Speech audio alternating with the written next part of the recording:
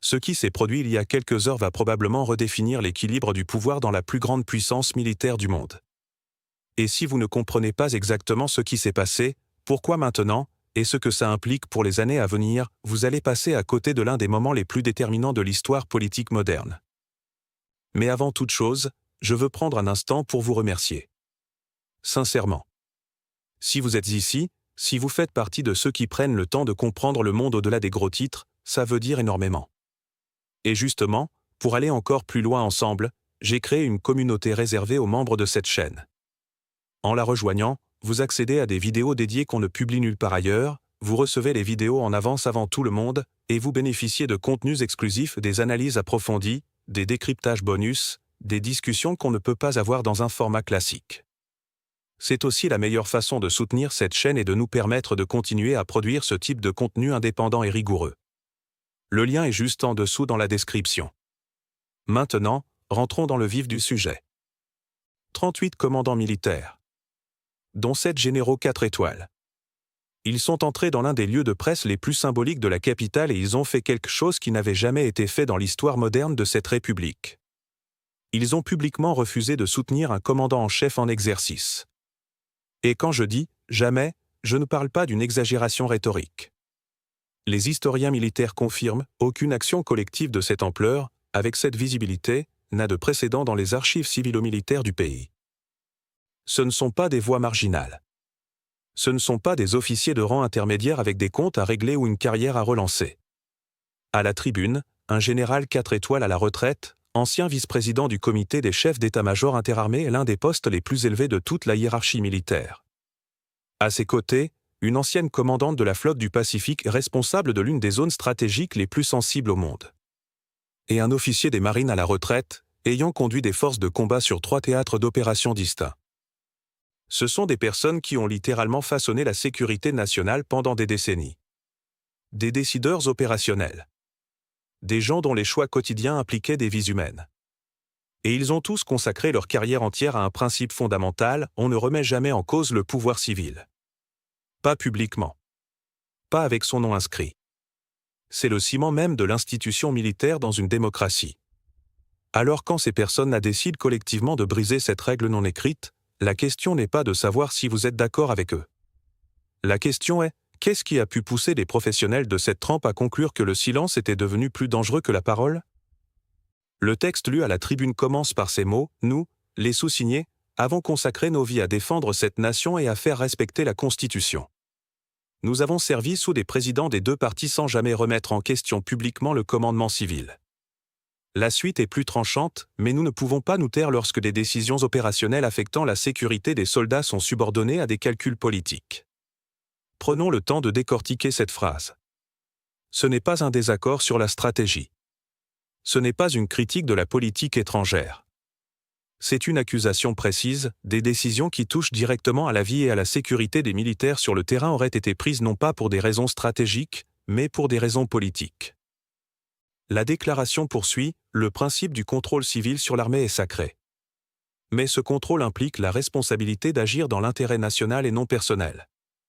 Lorsqu'un commandant en chef utilise des opérations militaires comme monnaie d'échange pour obtenir des soutiens politiques, ce pacte est rompu. En psychologie de la communication, cette structure est redoutable. D'abord, l'affirmation du principe. Ensuite, la nuance. Puis, l'accusation. C'est exactement le schéma qu'utilisent les négociateurs de crise pour délivrer un message difficile sans perdre leur crédibilité. La lettre ne s'appuie pas sur des impressions. Elle cite 3 incidents précis, chacun étayé par des documents ou des témoignages. Premier incident, un retrait soudain d'un poste de renseignement stratégique. En octobre, un ordre de retrait a été émis pour un poste de renseignement stratégique au Moyen-Orient. Sans consulter les commandants de théâtre. L'ordre est arrivé dans les heures suivant un événement de campagne où ce déploiement avait été critiqué. La coïncidence temporelle est documentée. Les commandants sur le terrain n'ont pas été prévenus. Le retrait a été imposé par le haut, en dehors de toute logique opérationnelle identifiable. Deuxième incident, le blocage d'un exercice conjoint de l'OTAN. En janvier, une autorisation pour un exercice conjoint avec les alliés de l'OTAN a été retardée. Selon plusieurs sources concordantes, Ce blocage serait directement lié au fait que l'officier commandant l'exercice avait témoigné devant le Congrès sur les insuffisances du budget militaire. En d'autres termes, un acte de transparence institutionnelle aurait été puni par un gel opérationnel. Troisième incident, l'essai le plus grave. Le 9 février, une directive aurait ordonné de retarder des livraisons de matériel d'urgence à une base opérationnelle avancée. La condition pour débloquer ces livraisons: que certains généraux acceptent de participer à un événement officiel célébrant la puissance militaire. Relisez cela. Du matériel nécessaire à la protection de soldats en zone de conflit, retenu jusqu'à ce que des officiers supérieurs acceptent de jouer un rôle dans une mise en scène politique. Ce n'est pas de la friction civilo-militaire ordinaire. Chaque administration dans l'histoire a eu des tensions avec ses généraux. Des désaccords sur la stratégie, sur les budgets, sur les priorités. Ça, c'est normal. Ça fait partie du système.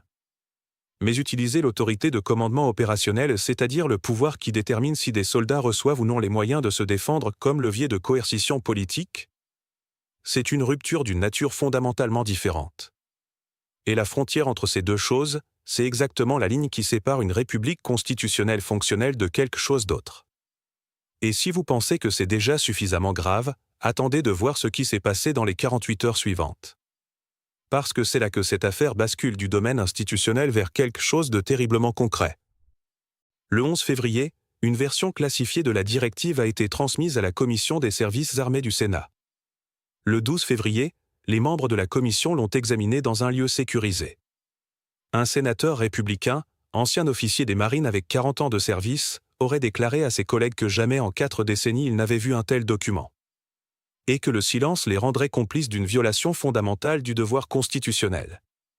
Une sénatrice démocrate, membre en charge de la commission, a qualifié cela de l'abus le plus grave de l'autorité de commandant en chef de l'ère moderne. Au terme d'une session d'urgence de 4 heures, 11 sénateurs des deux bords politiques ont accepté de demander formellement à l'inspecteur général du Pentagone d'ouvrir une enquête immédiate. 11 sénateurs. Des deux partis. En 4 heures. Dans un contexte politique où obtenir un consensus bipartisan sur la couleur du ciel prend habituellement des semaines. Et avant même que cette demande puisse être officiellement déposée, les chefs militaires ont pris leur propre décision. Ils n'ont pas attendu les voix officielles. Ils ont pris la parole. Pour mesurer la portée de ce qui s'est passé, il faut comprendre à quel point cette action rompt avec l'ensemble de l'histoire civilo-militaire du pays. En avril 1951, le président de l'époque a renvoyé le commandant des forces en Corée, l'un des militaires les plus décorés et les plus populaires de l'histoire du pays, pour avoir publiquement critiqué la stratégie présidentielle et prôné l'extension du conflit à la Chine. Le renvoi a été accepté par l'ensemble de la hiérarchie militaire, parce qu'il en crée un principe fondateur, c'est le pouvoir civil qui fait la politique, pas les généraux. En décembre 1993, le plus haut responsable militaire du pays a exprimé devant le Congrès ses réserves sur une politique concernant les militaires. Il est passé par les canaux institutionnels prévus. Il a finalement exécuté la politique. L'objection portait sur une décision administrative, pas sur l'accusation que des choix opérationnels étaient instrumentalisés. En 2019, un secrétaire à la Défense a démissionné après un retrait militaire soudain ordonné sans consultation du Pentagone. Sa lettre de démission, formulée avec une diplomatie chirurgicale, suggérait simplement que le président méritait un secrétaire dont les vues s'alignaient mieux avec les siennes. Même après son départ, il a respecté la tradition de ne pas critiquer publiquement un président en exercice pendant près de 2 ans. Ce qui s'est passé aujourd'hui diffère de tous ces moments en nature, pas seulement en degrés. Ces officiers ne démissionnent pas. Ils ne témoignent pas devant le Congrès. Ils ne passent pas par les voies officielles. Ils se tiennent devant des caméras pour déclarer publiquement que le commandant en chef actuel a rompu le pacte fondateur des relations civilo-militaires. Des professionnels qui ont passé toute leur carrière à éviter précisément ce moment ont conclu que le silence prolongé était lui-même devenu une forme de participation à la destruction de l'institution qu'ils avaient servie. Et voici le détail presque absent de la couverture médiatique initiale, mais qui en dit peut-être plus sur la gravité de la situation que tout le reste. Selon des conseillers juridiques militaires, au moins une douzaine d'officiers supplémentaires voulaient signer cette lettre. Ils ne l'ont pas fait. Non pas par désaccord, mais parce qu'ils sont encore en service actif. Les règlements du département de la Défense interdisent au personnel en uniforme de s'engager dans une activité à caractère politique. Réfléchissez à ce que cela implique concrètement. Les 38 signataires sont ceux qui pouvaient s'exprimer parce qu'ils sont à la retraite. Ceux encore en service, ceux qui se trouvent en ce moment même dans la chaîne de commandement opérationnel, qui font face à ces pressions en temps réel, sont légalement empêchés de parler. La lettre que vous avez vue n'est pas le tableau complet. C'est uniquement la part que la loi vous autorise à voir. Selon un général 3 étoiles à la retraite qui s'est confié sous couvert d'anonymat, les hauts dirigeants militaires discutent depuis au moins 6 mois de ce qu'ils décrivent comme une politisation croissante et accélérée. Ils ont examiné toutes les options avant d'en arriver là. Une réunion privée avec le président ? Écartée, elle pouvait être ignorée sans aucune responsabilité publique. Passer par le secrétaire à la défense ? Écartée, l'histoire récente n'offrait aucune garantie qu'il confronterait le président. Un témoignage classifié au Sénat ? Écartée, l'information resterait loin du peuple qui en supporte les conséquences. Ils ont conclu que s'exprimer publiquement était la seule voie imposant une véritable reddition de comptes. Ce ne sont pas des gens impulsifs. Ce sont des stratèges disciplinés qui ont passé leur carrière entière à prendre des décisions sous pression. Quand des personnalités de cette trempe estiment que rompre une tradition de 50 ans est la réponse nécessaire et proportionnée, cette conclusion mérite d'être prise avec toute la gravité qu'elle exige. L'une des officières présentes à la conférence de presse a fait basculer cette histoire du domaine constitutionnel vers quelque chose de bien plus concret. L'une des bases opérationnelles avancées dont les autorisations avaient été retardées en vertu de la directive du 9 février a subi des tirs hostiles accrus les 11 et 12 février. 2 jours après la publication de ladite directive. Précision importante, aucun lien de causalité directe n'a été formellement établi entre le retard et l'incident. Mais le commandant de la base avait spécifiquement demandé des systèmes défensifs renforcés dans le dossier d'autorisation retardée. Et ces systèmes n'étaient pas en place lors de l'attaque. 3 soldats ont été blessés. La base a subi des dégâts importants sur ses équipements de communication. Personne n'a été tué. Cette fois. Ce que nous examinons potentiellement, c'est une situation dans laquelle des militaires en zone de conflit ont été exposés à un risque nettement plus élevé non pas à cause de contraintes stratégiques légitimes, mais parce que leurs supérieurs hiérarchiques n'avaient pas encore accordé un soutien politique public suffisant au chef de l'État. Si cela se confirme, on ne parle plus de politique. On parle de vies humaines. La réponse est venue rapidement. En début de soirée, un message officiel a qualifié la lettre d'attaque déshonorante de, je cite, « généraux du passé, amers d'avoir été ignorés, probablement financés par l'opposition pour déstabiliser un président qui a rebâti l'armée ». Les 2 principaux signataires ont été nommément visés et qualifiés en des termes particulièrement dégradants. Voici ce que tout analyste juridique sérieux vous dira de cette réaction, quand votre défense face à des allégations documentées consiste uniquement à attaquer la crédibilité des témoins plutôt qu'à contester les faits, vous n'avez pas présenté une défense. Vous avez confirmé qu'aucune défense factuelle n'est disponible. Si la directive du 9 février n'existe pas, il suffit de le démontrer. Si elle a été déformée, il suffit de fournir la version exacte.